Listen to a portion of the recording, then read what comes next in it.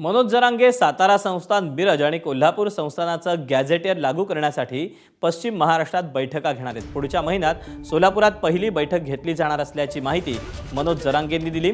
सरकारनं त्यापूर्वी पश्चिम महाराष्ट्रात सातारा गॅझेटियर लागू करावा, अन्यथा आंदोलन केलं जाईल असा इशारा मराठा आरक्षण आंदोलक मनोज जरांगे पाटील यांनी दिला आहे। सातारा संस्थानच्या गॅझेटियरमध्ये 15 लाख नोंदी आहेत, त्यामुळे पश्चिम महाराष्ट्रातील जवळपास 42 लाख मराठा समाजाला आरक्षणाचा लाभ होणार असल्याची माहिती जरांगे यांनी दिली।